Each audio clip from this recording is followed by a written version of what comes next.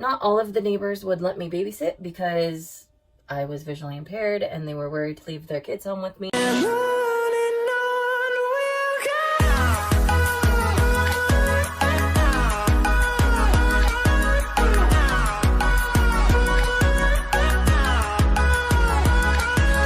Hello everyone, welcome back to my channel. My name is JessConstantino, and if you are new here, I want to welcome you and I hope you will please subscribe. I hope you will like the video. If you have been here before and seen one of my videos before, welcome back. I'm so grateful that you're here and that you're enjoying the content, and I hope that you guys will leave comments down in the section below, comment section below, so that we can keep the conversation going, because I love when you guys interact with me and ask questions.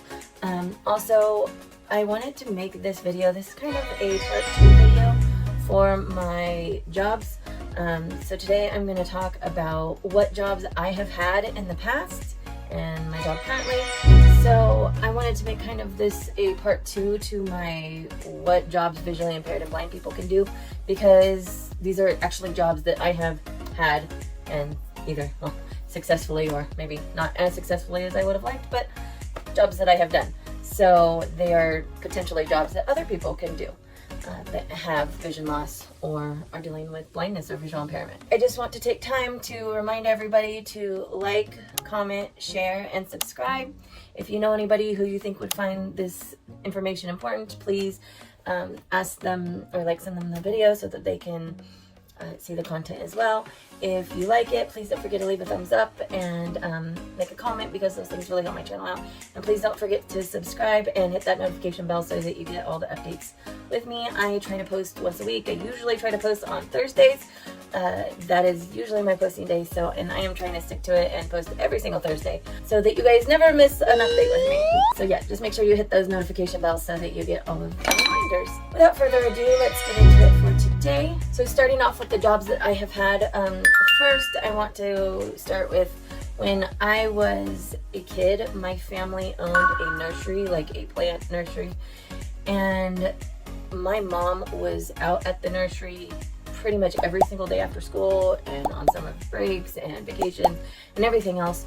So I spent a lot of my childhood at our family nursery, and as such I also helped out there. So I would kind of consider my first job helping out at the nursery when I was a kid. And I would pot plants, I would pull weeds, and put fertilizer in pots, things like that. Make sure that certain plants were getting watered enough. But pretty much everything that's essential to running a nursery, I had to kind of learn how to do. And my sister and I would do this, and we would get paid $60 a month, I believe. And they put it in a savings account for us. And we actually had a savings account, and we would save money every month that we got paid from working at the nursery. And I thought it was really cool, because I mean, $60 a month is not great, but when you're a kid, it seems like you're getting $1 million. So, and also I was the only kid when I got into high school. I had a savings account, and I was the only teenager I knew that had a savings account in high school. So that was pretty cool. And going into college, I had money saved up, and I actually ended up being able to take a trip to Europe a couple of years into my college, and a friend and I backpacked around Europe. So that was awesome, and I wouldn't have been able to do that had I not had a savings account. So I consider my first job at my family's nursery. Another thing that I did when I was a kid is my family, my mom especially, and then my granddad, they made Christmas wreaths, fresh Christmas wreaths. And we would go around, we would pull them in a wagon and go around door to door selling them around our neighborhood. I also remember sitting in my granddad's truck on the corner of this busy street and a busy intersection, and selling Christmas wreaths on the corner, going out and selling them on the corner. So those were two things that I did. I worked at my family's nursery, and I sold Christmas wreaths for my mom. And I really think that that is where I started learning how to do customer service and how to sell things to people. That was my first experience really doing those things. So those were my first two jobs. The other thing that I did when I was in high school, as I got older, I started babysitting for the neighbors. Not all of the neighbors would let me babysit because I was visually impaired and they were worried to leave their kids home with me. But there was a couple neighbors that I had been around more and trusted me and knew that I did have some vision so that I could see. And I did babysit for a couple neighbors. There was my next door neighbor that lived directly next to me, and I would babysit their son. Then my neighbors that lived across the street from me, they had 2 kids, and I babysat them pretty much throughout my entire high school years. Especially during the summer, because both their parents worked, and I would stay and babysit their kids. And they were older. I mean, their son was probably maybe like 6 to 8, 6 to 9, somewhere in there, and their daughter was 9 to 13. I did babysit for them quite a bit. Also, I did in high school, another thing that I did in high school was I gave swim lessons. So I started swimming competitively when I was 4 years old. So I could give swim lessons by the time I was 16 years old. I got certified as a lifeguard, even though I couldn't technically see to do the lifeguard positioning where I would like a normal lifeguard stand and sit and watch over a pool. I couldn't really see to do that, but my mom was the manager of the pool, and they would let me give swim lessons because when I'm one-on-one and holding somebody, I can see them.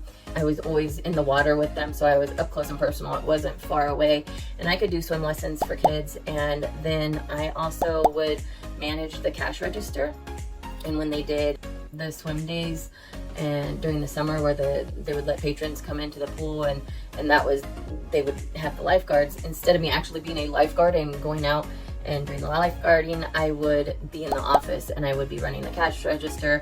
I would make sure that the bathrooms were kept clean, and I would hand out the lockers and that kind of stuff. So I kind of did the behind the scene things. I would also manage the rotations of the lifeguards and make sure they were rotating on time and properly. So that was a way that I was able to kind of incorporate and kind of adapt with my visual impairment to do a job, since I couldn't actually do the actual lifeguarding part of it, but I could do everything else just fine. And I've always been really good at giving swim lessons, and I've always given, kind of throughout my adulthood, I've given swim lessons at various stages as well.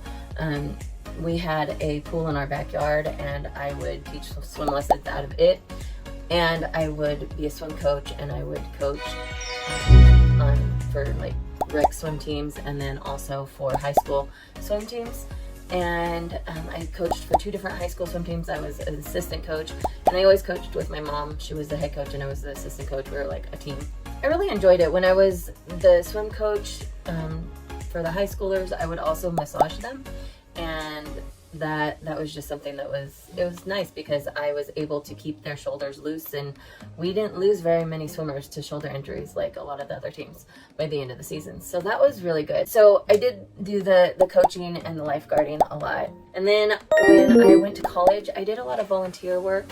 I did some work at I think it was a preschool, or maybe it was a daycare possibly, I think it was a daycare for different kids in the area for the college. So whether it was the professor's kids or students' kids, but I worked at this childcare, and it was more volunteer than anything. I didn't really get paid for it.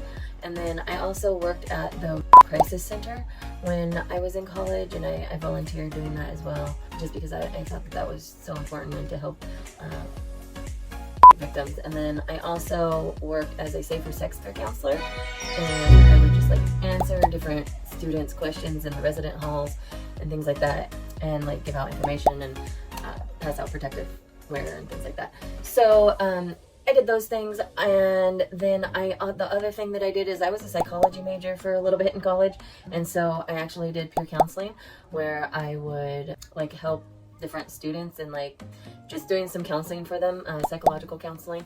And I was trained to do it. I took courses, and then I actually was trained to do this peer counseling, and then I did the peer counseling. Another thing that I did as a volunteer after college was I worked with CASA. It was for kids that were in the fostering system, and they needed somebody that was a mediator that would go and look at their placements, where they were, and then go to the courtroom and say, yes, this is a good placement, or no, I don't think this is the best placement for them.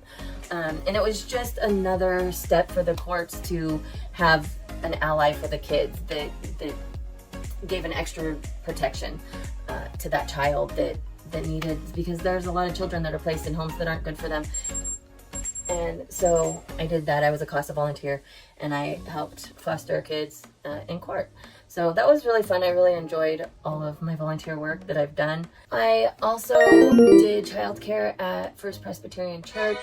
I was a childcare worker for them for several years. And then I worked at this company called Stria, where they took records and made them from like paper copies to digital copies.